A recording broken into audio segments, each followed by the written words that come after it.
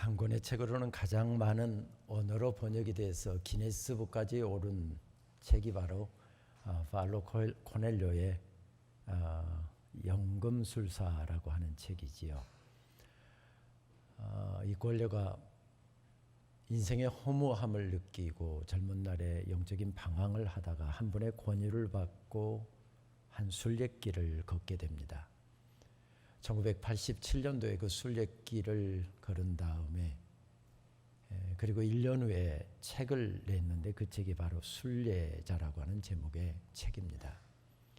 이 책이 발행되면서 참 많은 사람들에게 유명해지기 시작한 바로 순례길이 까미노 데 산티아고라고 하는 바로 그런 순례길이죠. 여러 갈래 길이 있지만 그 중에서도 프랑스 남부 국경에서 시작을 해서 피렌체 산맥을 넘고 스페인 갈리시아 지방인 산티아고 데 콤포스텔라 여기까지 걸어가는 코스가 바로 이 순례 코스입니다. 혹시 우리 가운데도 다녀오신 분이 계시겠습니다마는 약 800km가 넘는 먼 길인데 요즘에 한국인들도 많이 그 순례길에 동참합니다. 사도 야고보가 복음을 전하기 위해서 이 갈라시아 지방까지 왔는데 예루살렘으로 돌아가서 그곳에서 순교를 한 것으로 알려져 있습니다. 그래서 그 제자들에게 시신을 바로 이곳까지 가지고 와서 시신을 그곳에 장사 지낸 것으로 전해지는데 AD 813년에 한 은둔 수도사가 별빛의 인도를 따라서 이 유골을 발견하게 되지요. 야고보와 그의 두 제자의 유골이라고 주교가 인정을 하면서 이것은 예루살렘과 함께 세계 각지에서 가장 많이 찾는 순례길의 하나가 되었습니다. 잘 보존된 중세 도시로 손꼽히는 산티아고 데 콤포스텔라가 최종 목적지인데 아시는 대로 산티아고는 스페인어로 성 야고보라고 하는 뜻이고 콤포스텔라라고 하는 말은 콤포라고 하는 말과 스텔라 들판이라는 말과 별이라고 하는 말이 결합된 단어입니다. 그러니까 콤포스텔라는 번역을 우리말로 번역한다고 한다면 별들의 들판 이렇게 번역할 수 있는 말이지요. 별들의 들판 참 아름다운 느낌이 들지 않습니까? 여러분 오늘 6월의 마지막 날이어서 그러신 거죠. 표정이 별로 없으신 것 같은데 콤포스텔라 별들의 들판 쏟아질 듯이 쏟아지는 그 별로 가득 차인 들판을 걸어가는 그냥 듣기만 해도 아름답게 느껴집니다. 그런데 정작 그 먼 길을 가다 보면 별들이 쏟아지는 그 들판을 걸어가면서도 별들을 보지 못하는 경우가 참 많이 있답니다. 나이 만 60세가 되던 생일에 출발해서 36일 동안 이 800km가 넘는 먼 거리를 순례한 다음에 그의 책에 담은 조이스 럽의 느긋하게 걸어라 라고 하는 제목의 책을 읽어보니 작가의 말이 가슴에 깊이 지금도 남아 있습니다. 반짝이는 하늘길 아래로 몇 주 동안을 걷는다고 생각하니 잔뜩 호기심이 일면서 기분이 들떴다. 그러나 첫 몇 주 동안은 까미노의 별을 한 번도 보지 못했다. 밤마다 나는 별이 또렷이 보일 만큼 어두워지기도 전에 피곤하여 침대에 쓰러져 골아떨어졌던 것이다. 내가 이 은하수의 에너지를 실제로 경험한 것은 동트기 전에 일어나 걷던 때였다. 그때 나는 유관이 닿는 때까지 별들이 반짝이는 곳을 올려다보곤 했다. 별들을 바라보노니 내 마음에 경건한 정막이 감돌았다. 너무 피곤해서 일찍 잠이 들어서 별들이 쏟아지는 들판을 걸었지만 몇 주 동안은 별을 한 번도 보지 못했답니다. 그래서 별을 보기 위해서 새벽에 일어나서 걸었답니다. 손전등을 켜고 새벽길을 가다가 별들을 보기 위해서 손전등도 끄고 걸었답니다. 그리고 유관이 닿는 데까지 별들이 반짝이는 곳을 올려보고는 했답니다. 그렇게 별들을 바라보면서 그 순례길을 걸어가다 보니 경건한 정막이 감돌았고 새벽마다 그 전기가 내 영혼에 스며드는 것 같았다. 조이스 럽은 그의 책에서 그렇게 기록하고 있더군요. 인생길에는 힘든 일도 참 많이 있고 어려운 일도 많이 있습니다만은 눈길을 조금만 두게 되면 참 아름다운 것으로 가득 채워져 있는, 특별히 사계절이 분명한 우리나라에는 조금만 눈길을 돌려보면 참 아름다움으로 가득 채워져 있는 별들의 들판을 걸어가는 길과 같습니다. 그런데 잘 아시는 대로 아무리 아름다운 별들의 들판을 걸어가고 있지만 내 빛이 너무 밝다든지 아니면 무엇인가 내 시야를 가로막는 것이 있다고 한다면 별들의 들판을 걸어가도 별을 전혀 보지 못하고 걸어갈 수도 있습니다. 성경에도 보게 되면 자기 욕심에 이끌려서 하나님께서 창조하시고 구속하신 은혜를 누리면서 살았던 하나님의 백성들이 전혀 하늘의 별을 바라보지 못하고 살았던 그런 사람들의 기록도 나오고요. 캄캄합니다. 잔뜩 먹구름이 끼어 있습니다. 수많은 장애물들이 앞에 놓여 있습니다. 그래서 손전등을 켜지 않으면 그 거리를 걸어갈 수 없는 어려운 인생길을 걸어가는 사람들도 있었지만 하늘의 별을 보기 위해서 자기가 들고 있는 손전등을 일부러 끄기도 하고 하늘의 아름다움을 보려고 발버둥 쳤던 사람들의 이야기도 성경에는 참 많이 등장합니다. 오늘 이사야서에서 등장하는 이스라엘 백성들의 모습은 이 두 가지가 다 함께 공존하고 있습니다. 하나님의 은혜로 구원을 받았습니다. 하나님의 백성이 되었습니다. 그러나 그들은 하나님의 특별한 은혜를 입고 살았지만 하나님께서 허락하시는 아름다움을 보지 못하고 자기의 욕심에 이끌려서 살다가 죄악에 빠지게 되고 타락했습니다. 그리고 하나님으로부터 심판을 받았던 게 바로 바벨론 포로기였지요. 고통과 아픔의 시간을 보냈습니다. 참 어려움의 시간들을 보냈습니다. 오늘 말씀은 이사야의 두 번째 부분인 40장에서 55장의 그 기록된 말씀의 첫 서장과 같은 그런 말씀입니다. 페르시아 제국 고레스 왕의 바벨론 시대에 포로로 끌려왔던 이스라엘 백성들을 석방하기 직전에, 즉 이스라엘 백성들을 구출하시려고 하는 하나님의 구원의 역사가 막 시작하기 직전에 들려지는 말씀이 오늘 본문의 말씀입니다. 잘 아시는 대로 이사야서의 말씀을 보게 되면 1장부터 40장까지의 말씀은 이스라엘의 멸망에 대한 말씀이라고 한다면 40장부터 55장은 그렇게 멸망을 해서 70년이라고 하는 긴 세월을 보냈고 이제 그 고역의 시간이 끝나가는 시점에 들려온 말씀입니다. 아무리 짧게 잡는다 할지라도 1장부터 40장 그리고 1장부터 39장 40장부터 55장 사이는 시간적인 괴리를 보면 약 70년의 시간적인 괴리가 있는 말씀이죠. 이런 하나님의 구원의 메시지 때문에 특별히 40장 이하의 말씀을 이스라엘의 위로의 책이다, 이렇게 우리들에게 알려진 말씀이기도 합니다. 위로의 책답게 성경을 펼치면 40장 1절이 어떻게 펼쳐지고 있습니까? 내 백성을 위로하여라. 2인칭 복수형 명령형을 사용하고 있습니다. 너희는 내 백성을 위로하여라. 이것은 마치 하늘의 어전회의에서 천사들이 둘러싸여 있고 하나님의 종들이 둘러싸여 있는데 그들에게 천상의 왕께서 명령하는 것과 같은 분위기 속에서 이 말씀이 시작하고 있습니다. 이 말씀을 하시는 분이 누구이신지를 선명하게 성경은 규명하기 위해서 너희 하나님이 말씀하신다. 너희 하나님이 말씀하신다. 이 말씀은 바로 하나님께서 직접 들려주신 말씀이라는 사실이 계속해서 강조되는 구조로 들려오는 말씀입니다. 여기서 강조되는 말씀은 내와 내 백성이라고 할 때 내라고 하는 단어와 위로하여라라고 하는 위로라고 하는 말씀에 특별히 방점이 찍어져 있습니다. 너희는 내 백성을 위로하여라, 이렇게 읽으면 안 되고 너희는 내 백성을 위로하여라, 이렇게 강조점을 두면서 기록된 말씀입니다. 그것은 또한 노역의 때가 끝났다라고 하는 말씀과 직접 연결되고 있습니다. 여기서 노역은 하나님의 징계였지요. 하나님의 심판이었지요.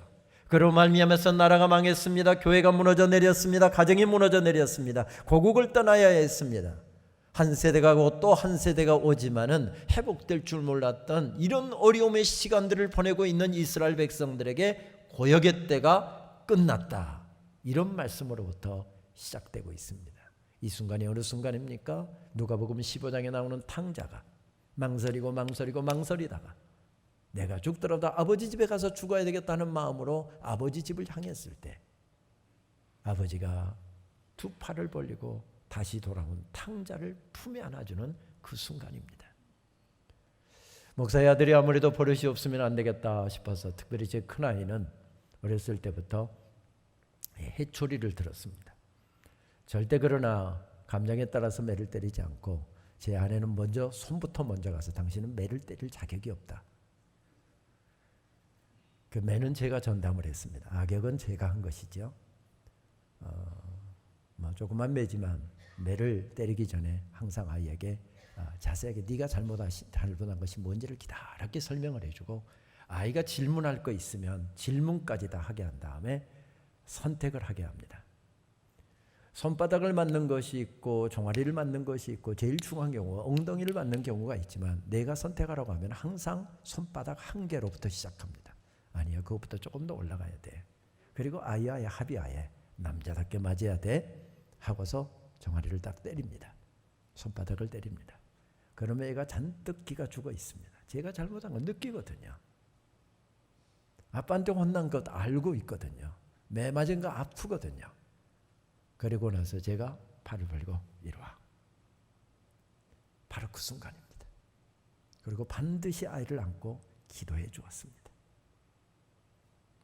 매 맞을 때는 기가 죽고 지가 잘못한 것을 발견하면서 잔뜩 기가 죽었던 아이가 비록 매는 맞았지만 아빠가 팔을 벌리고 오라고 하고 아빠가 기도해 주는 순간 모든 것이 풀리는 바로 이 순간이 고역이 끝났다, 노역이 끝났다라고 하는 말씀입니다. 동일한 표현을 반복적으로 사용하여서 성경은 환기시키는 기법을 사용하고 있는데 그 말씀이 3절에 나타나고 6절에 나타나고 9절에 나타납니다. 외치는 자의 소리여, 말하는 자의 소리여, 아름다운 소식을 시온에 전하는 자여, 이렇게 호명한 후에 여호와의 길을 예비하라고, 사막에 우리 하나님의 대로를 평탄케 하라고, 그 메시지 전할 내용을 안겨주고 있는 말씀으로 나오고 있습니다. 그러면서 2절 말씀을 보게 되면 마음에 닿도록 말하며 그 마음에 대고 외치라 라고 말씀합니다. 다시 말씀드리면 이 말씀을 듣는 사람들에게 마음에 쏙쏙 박히도록 잘 이해할 수 있도록 그렇게 하나님의 말씀을 전해야 된다는 공고까지 담으면서 주어진 말씀이 내 백성을 이루하여라 라고 하는 말씀입니다. 이렇게 말씀이 이어지다가 3절에서 5절 말씀으로 나가게 되면 이 구원의 메시지는 다른 메시지로 바뀌고 있습니다. 말씀드렸던 것처럼 이 부분도 외치는 자의 소리여 라고 하면서 주어지는 명령이 주어지고 있습니다. 하늘보좌에서 말씀 전달을 위해서 말씀의 종이 세움받은 광경을 연상케 하는데 그에게 주어지는 사명이 있죠. 무엇이었습니까? 광야에서 여호와의 길을 예비하라, 사막에서 우리 하나님의 대로를 평탄하게 하라라고 하는 것이 그에게 주어진 명령이었습니다. 광야에는 길이 없습니다. 그런데 하나님께서 그 광야의 메마른 땅에 오고 계시다는 것입니다. 그러니 하나님께서 오실 길을 내라는 말씀이고, 다시 말씀드리면 하나님께로 나아갈 수 있는 길을 내라고 하는 것이 하나님의 명령이었습니다. 공동번역 성경은 3절을 이렇게 번역합니다. 야훼께서 오신다. 사막에서 길을 내어라. 우리 하나님께서 오신다. 벌판에 큰 길을 훤히 닦아라. 이것은 우리가 잘 알고 있는 대로 메시아의 예언과도 연결되고 있습니다. 바벨론 포로의 큰 은혜를 받아서 그들은 구원을 받았고 그들은 해방을 되었지만은 이것은 단일 사건으로도 의미가 있으나 예수 그리스도를 통해서 후대에 이루어지게 될 하나님의 구원 역사의 완성을 예표적으로 보여주는 사건이죠. 그래서 무엇과 연결시키고 있습니까? 오실 예수 그리스도의 사건과 연결시키고 있습니다. 예수 그리스도를 통해서 그 이름을 영접하는 자는 누구나 다 하나님의 보좌 앞으로 달려나갈 수 있는 대로가 뚫려졌는데 사람들이 몰라서 그 길을 찾지 못할지 모르니 내가 그 길을 더 선명하게 닦아라. 사람들에게 그 길을 알려주라는 말씀이죠. 마음의 대로를 내라는 말씀은 사모하는 마음, 말씀에 대한 예민함 등을 그들에게 가질 수 있도록 일깨우라는 내용과도 연결되고 있습니다. 하나님의 은혜를 받기 위해서 우리에게 필요한 필요 조건은 아무것도 없습니다. 예를 들면 키가 커야 한다든지 잘생겨야 된다든지, 집안이 좋아야 된다든지, 좋은 대학이 나와야 된다든지, 그래야 하나님의 은혜를 받는다. 적어도 아버지가 장로님 정도 했고 어머니가 권사님 정도 했어야 이런 은혜를 받는다. 이런 필요 조건은 아무것도 없습니다. 그런데 하나님께서는 한 가지는 분명하게 권면하십니다. 사모하는 마음, 갈망하는 마음.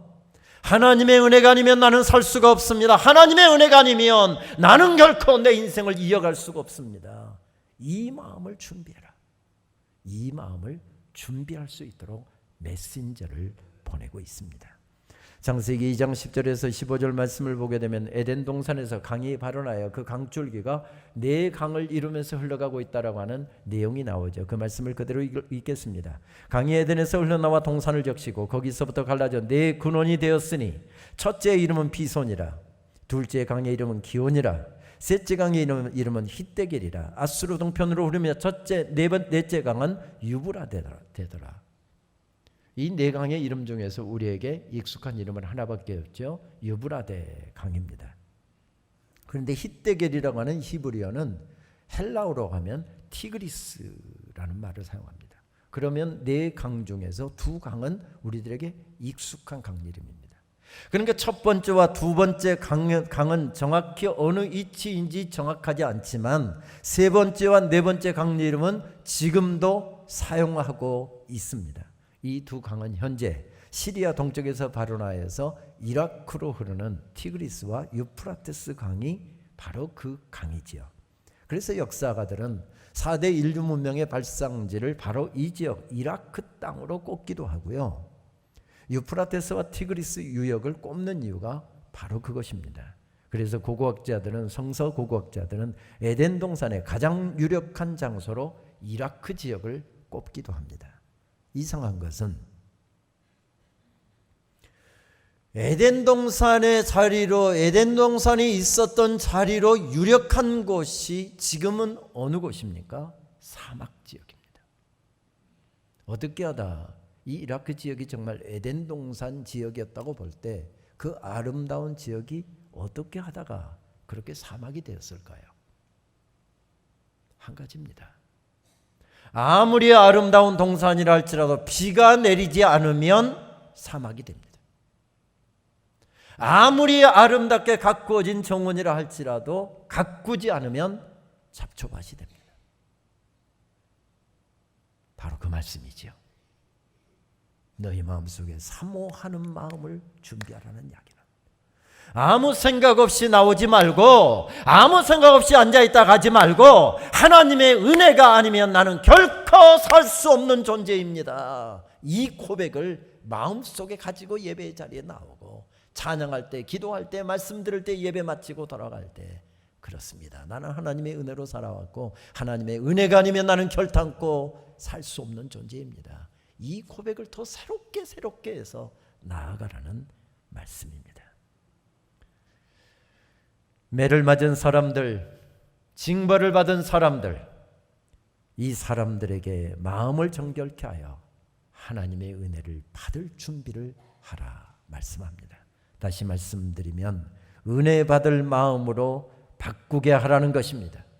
낮아진 마음, 골짜기는 돋우고 높아진 마음, 그 언덕은 낮게 만들고 지금 마음이 복잡한 마음, 고르지 않는 마음은 평탄하게 하고 여러 가지 문제와 세상의 난제들로 허덕이다가 험한 곳이 된 것은 바로 평지를 만들어서 여호와의 영광이 나타나게 하라. 이것이 메신저들에게 주어지는 하나님의 명령입니다. 아니, 이것은 교회에게 주신 명령이기도 하지요. 하나님의 백성된 공동체에 주시는 말씀입니다. 그러므로 교회가 이 은혜를 나누기 위해서는 내가 먼저 그 은혜를 사모해야 되고, 내가 그 은혜를 먼저 맛보아야 되고, 우리가 먼저 그 공동체가 이 은혜 가운데 견고하게 서고 충만하게 돼야만 우리가 보내는 선교비와 선교에 대한 기도가 그 땅에서 아름다운 열매가 맺어질 것이고, 주님을 알지 못하는 이 지역의 많은 사람들이 그 은혜를 누리게 될 것이다. 쉽게 말씀드리면 그런 말씀이지요. 그러다가 9절에서 11절 말씀을 보게 되면 아름다운 소식이라고 규정하면서 높은 산에 올라 힘써 소리를 높이라는 구절을 통해서 다시 그 말씀이 강조되고 있습니다. 11절 말씀입니다. 그는 목자같이 양떼를 먹이시며 어린 양을 그 팔로 모아 품에 안으시며 젖먹이는 암컷들을 온순히 인도하실 것이라, 이렇게 말씀합니다. 시편 기자는 이 내용을 이렇게 풀어서 다시 들려줍니다. 하나님께서 너희를 독수리 날개처럼 일으키시리라. 새벽에 생명력으로 너희를 품으시리라. 해처럼 빛나게 하시며 하나님의 손으로 너희를 붙들리라. 여러분, 여기서는 아멘을 한번 하셔야 되는 거거든요.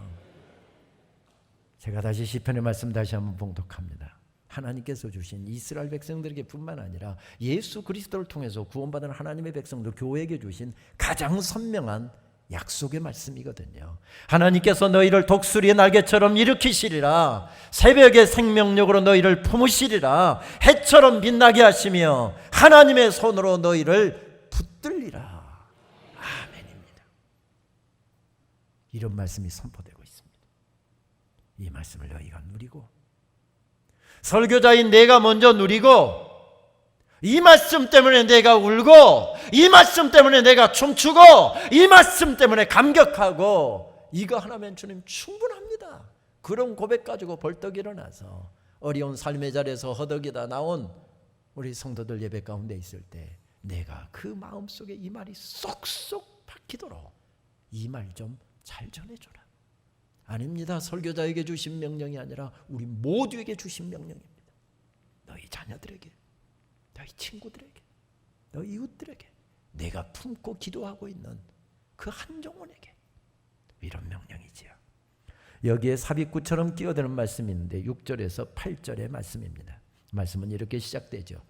말하는 자의 소리여 이르되 외치라. 이게 중요한 말씀이 주어질 때마다 꼭 외치는 자, 아름다운 소식을 전하는 자, 이런 말씀과 함께 언급을 하면서 이렇게 이것이 하나님의 명령이라고 하는 사실을 강조하는 기법을 사용하고 있습니다. 말씀의 내용이 무엇입니까? 모든 육체는 풀이요, 그 모든 아름다움은 들의 꽃과 같으니 푸른 마르고 꽃이 시듬은 여호와의 기운이 그 이에 품이라. 이 백성은 풀이로다. 왜 갑자기 기본적으로 하나님의 구원의 메시지가 들려오다가 이 허망한 메시지가 끼어들고 있는 것입니까? 구원의 은혜를 받은 사람들에게, 하나님의 은혜 앞에 서 있는 사람들에게 들려주는 메시지 치고는 좀 허망하지 않습니까? 은혜의 보좌 앞에 서 있는데 날개치는 새벽 독수리와 같이 하나님께서 너희들 인도하시는 너희들이 은혜를 받고 너희들이 일어서게 될 텐데, 너희들이 어떤 존재인 줄 아느냐? 한철 피었다 지는 들꽃의 인생임을 알아라. 이런 말씀입니다. 들꽃, 풀, 꽃 길어야 한철 살아가는 존재들입니다. 너희가 바로 그런 존재라는 것을 알라는 말씀입니다. 구원의 메시지를 선포하는 것에 갑자기 이런 허무적이고 염세적인 내용이 삽입되고 있음이 좀 이상하게 느껴집니다. 그런데 성경의 전후 문맥을 보게 되면 말씀드렸잖아요. 이 어전에 의해서 이런 말씀을 주시는 분이, 이런 약속을 주시는 분이, 이런 은혜를 주시는 분이 하나님이심을 강조하면서 이 말씀을 통해서 강조하는 것은 내가 주인이 아니라는 것입니다. 내가 대장이 아니라는 것입니다. 내가 내 인생의 주인이 아니고, 내가 내 가정의 주인이 아니고, 내가 교회의 주인이 아니고, 내가 사역하고 있는, 내가 섬기고 있는 모든 일의 주인이 내가 아니라는 것입니다. 하나님이 주인이라는 사실을 강조하는 말씀입니다. 들꽃은 아무리 아름답게 피어도 한철이 지나면 시듭니다. 특별히 이 말씀이 선포되었던 이스라엘 상황에서 보게 되면 이스라엘 나라는 5월에서 9월까지는 건기로 비가 거의 한 방울도 내리지 않습니다. 그러나 우기가 되면 계속해서 비가 내리기 때문에 메말랐던 그 들판에 갑자기 꽃이 피어나고 푸르른 풀밭으로 바뀌기 시작합니다. 그런데 건기가 다시 시작되면서 광야에서 불어오는 섭씨 40도에서 50도가 넘는 이런 뜨거운 바람엔 시로코가 불어오게 되면 초목이 다 말라 죽습니다. 바로 이 말씀입니다. 이 말씀을 들으면서 그 공동체는 생생하게 그 광경을 기억했을 것입니다. 생명의 바람이 불어오면 살아나지만 사망의 바람이 불어오면 일순간에 시들고 마는 것이 인생이라고 하는 말씀에 고개를 끄덕였을 것입니다. 다시 말씀드리면 천년 만년 살 것처럼 착각하지 말고 살아라. 내가 주인인 것처럼 억지 부리지 말고 살아라. 너는 한철 피었다 지는 한 송이 들꽃임을 한시도 잊지 말고 살아라. 이 말씀입니다. 이것은 인간의 유한성을 드러내주는 표현이죠. 그러나 말씀을 깊이 묵상해 보면 또 다른 깊은 뜻을 간직하고 있는 것을 발견하게 됩니다. 들꽃 연구가 있는 한 목사님은 개망초, 언젠가 한번 제가 몇 주 전에 소개를 했죠. 개망초를 관찰하면서 쓴 글이 깊이 가슴에 와닿았습니다. 그런데 참 신기한 것은 그렇게 지천인 들풀이라 해도 자기의 때가 아니면 피어나는 법이 없고 자신의 때가 닿으면 흔적도 없이 사라진다는 것입니다. 오로지 자기의 때에만 피어남으로 인해서 흔하디 흔한 꽃이지만 또 기다리게 만드는 것이지요. 하나님께서는 자기의 때를 잘 아는 지혜를 우리에게 깨우쳐 주시기에 계절마다 피고 지는 들풀들을 우리들에게 선물로 주셨는지도 모르겠습니다. 게다가 어디에 피어도 자기의 모습을 잃지 않고 피어나는 모습을 보면 신비스럽다 못해 경외감을 느끼기까지 합니다. 소개하는 개망초 사진 중 하나는 구정물이 흐르는 개천가에서 담은 것입니다. 그러나 그들은 다르지 않습니다. 그들은 어디에 피어 있든 자기 안에 들어있는 본연의 모습을 피워냅니다. 바람 부는 들판의 핀 꽃이나 감옥 안의 핀 꽃이나 다르지 않듯이 말입니다. 무슨 이야기죠? 들풀 인생이지만 유한적인 삶을 살아가고 있는 존재이지만 그러나 하나님께서 담아놓으신 아름다움을 가진 존재들이다. 이런 이야기죠. 하나님의 말씀을 따라 살아가기도 벅찬 시간을 살아갑니다. 적어도 하나님을 믿는 사람이라고 한다면 이런 자의식을 가져야 된다는 말씀이지요. 이런 시간 개념을 가지고 살아야 한다는 말씀입니다. 들꽃이 아름다운 것은 유한성이 있습니다. 들꽃이 아름다운 것은 그것을 하나님께서 그 안에 담아놓으신 그 아름다움을 따라서 살아가고 하나님의 때를 따라서 살아간다는 것입니다. 겨울에 꽃을 피우려고 노력하지 않고 하나님께서 5월달에 피우도록 했으면 5월에 피어나고 6월에 피어나도록 했으면 6월에 피어나고 7월에 피어났으면 7월에 피어나는 것이지 7월에는 딴짓하고 있다가 12월에 꽃 피우려고 노력하지 않는다는 것입니다. 하나님의 질서, 하나님의 법칙, 하나님의 때를 알라는 말씀이기도 하지요. 저는 나이가 들어가면서 화려한 장미보다는 들꽃에 더 눈길이 갑니다. 그래서 들판을 걷다가 등산을 하다가 카메라를 들이내는 것은 이름 모를 들꽃입니다. 그리고 그 들꽃의 이름을 찾기 위해서 한참을 또 헤매이기도 합니다. 사람들은 누구나 자기 가진 것, 자기가 이룬 성공, 자기의 대단한 것을 과시하고 드러내는 재미로 살아갑니다.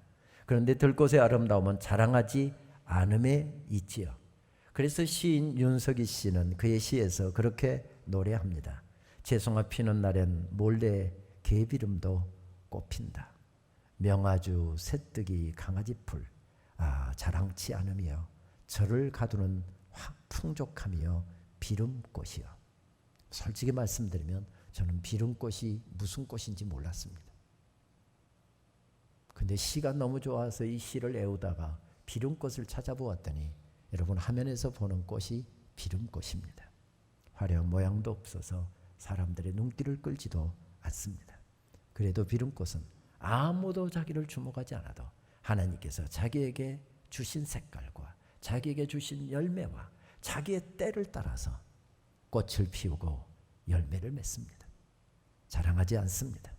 화려한 꽃 뒤에 그냥 살짝 피어날 뿐이며 저를 가두는 풍족함이 있어서 아름답다고 외치는 시인이 외치는 이유입니다.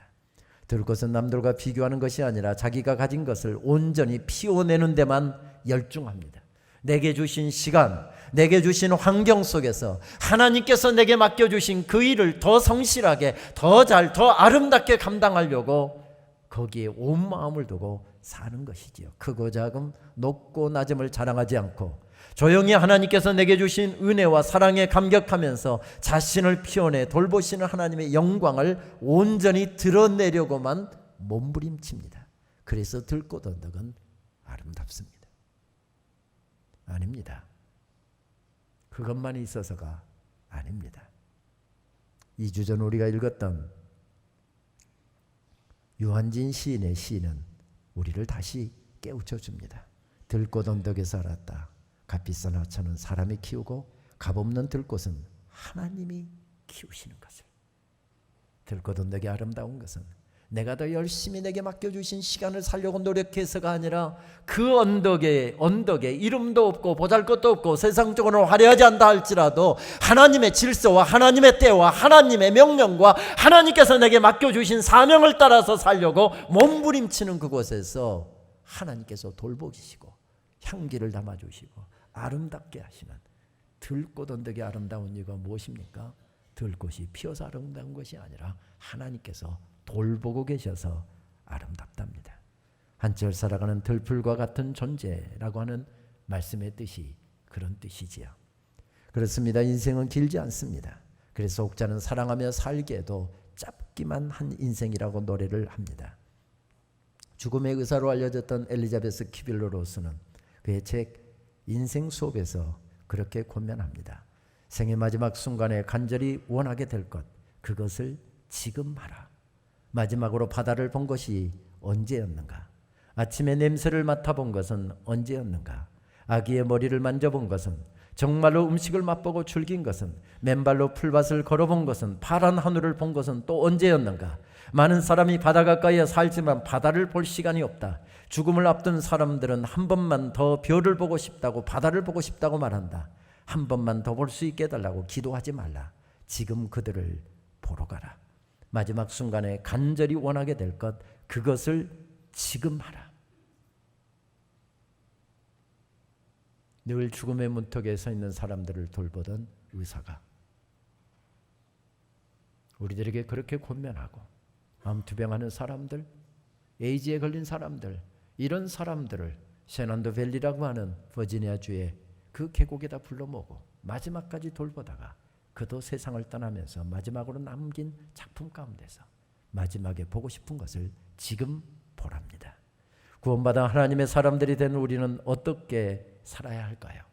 인생의 끝이 있음을 알고 걸어가면서 서 있는 곳에서 묵묵히 담아주신 그 아름다움에 취하는 공동체, 누가 주인이며 나는 누구인지를 정확히 알기에 그 아름다움을 더 명료하게 만들고 드러내는 공동체, 그리고 그 아름다움에 취하여 하나님께서 내게 주시는 은혜가 무엇이 얼마나 큰지, 내가 비록 서 있는 자리가 지금 구덩이에 서 있고 부정물투성인 그런 곳에 서 있다 할지라도 환경을 탓하지 않고 하나님께서 주신 아름다움을 드러내려고 노력하는 들꽃 언덕의 들풀처럼 그렇게 더 아름다움에 취하는 공동체가 되어라. 이것이 하나님께서 우리에게 주시는 말씀이지요. 말씀을 준비하는데 아주 오래전 기억 하나가 떠올랐습니다. 서울에서 대학을 다니다가 이때가 되면 방학을 맞아 고향에 내려가고는 했습니다. 저희 부모님이 농사를 지으셨죠. 여러분, 제가 좀 착하게 생겼잖아요. 낮에는 땀 뻘뻘 흘리면서 힘들게 일하시는 부모님 일을 거들었습니다. 거의 밤 9시 해가 어둑어둑해서 사물이 구분되지 않을 때까지 일을 하시죠. 그렇게 하고 집에 와서 씻고서 식사하고 나면 거의 9시 반, 10시가 되었습니다. 도시로 나가서 공부하다가 모처럼 만난 친구들, 고향을 지키고 있는 친구들, 약속도 없이 어느 집에 항상 밤 10시가 넘으면 함께 모였습니다. 그리고 이 이야기 저 이야기, 이야기꽃을 피우다 보면 여름밤은 왜 그렇게 짧던지요. 시간이 갈수록 늘 이중간 시인의 노래가 마음 깊이 남습니다. 그래서 늘 마음에 담으려고 아예 카톡 화면에 문구로 그것을 써놓고 종종 음미합니다. 여름밤은 아름답구나. 여름밤을 뜬 눈으로 지새우자. 하늘의 저 많은 별들이 우리들을 그냥 잠들도록 놓아주지 않는구나. 나뭇잎 맺히며 한낮의 태양이 해중 전등을 켜고 우리의 추억을 깜짝깜짝 깨워놓는구나. 아들아, 딸아, 가까이 오라. 내 10손가락에 달을 달아주마. 달이 시들면 손가락을 펴서 하늘가에 달을 뿌려라. 여름밤은 아름답구나. 짧은 여름밤이 다 가기 전에, 그래, 아름다운 것은 짧은 법, 뜬 눈으로 눈이 빨개지도록 아름다움을 보자. 여러분 알고 계시죠? 오늘이 바로 6월의 마지막 날이라고 하는 것. 큰 결심을 가슴에 품고서 송구영신 예배를 드렸습니다. 한 해의 절반이 빠르게 지나갔습니다. 지난 6개월이 그렇게 빠르게 지나갔다고 한다면 올해 남은 6개월도 송구영신 예배 드리다 보면 이렇게 빨리 지나간 것처럼 또 빠르게 지나갈 것입니다. 우리의 인생, 남은 인생길도 그렇게 빠르게 지나갈 것입니다. 우리의 여름밤이 아름답답니다. 모든 것이 그렇듯 아름다운 것은 다 짧답니다. 그래서 그 아름다움을 눈이 빨개지도록 보자합니다. 구원받은 하나님의 백성들에게 하나님께서는 말씀하십니다. 푸른 마르고 꽃은 시드나 하나님의 말씀은 영원히 서리라 하라. 짧은 인생길을 걸어가면서 너도 그것을 믿고 그 말씀을 따라 살고 하나님의 말씀이 보여주는 그 세계를 마음껏 누리고 드러내면서 살아라. 내가 살고 있는 여름밤은 참 아름답구나. 그래, 아름다운 것은 짧은 법이다. 뜬 눈으로 눈이 빨개지도록 그 아름다움을 보면서 힘차게 한 해의 후반부도 걸어갔으면 좋겠다. 하나님의 부탁입니다. 기도하시겠습니다.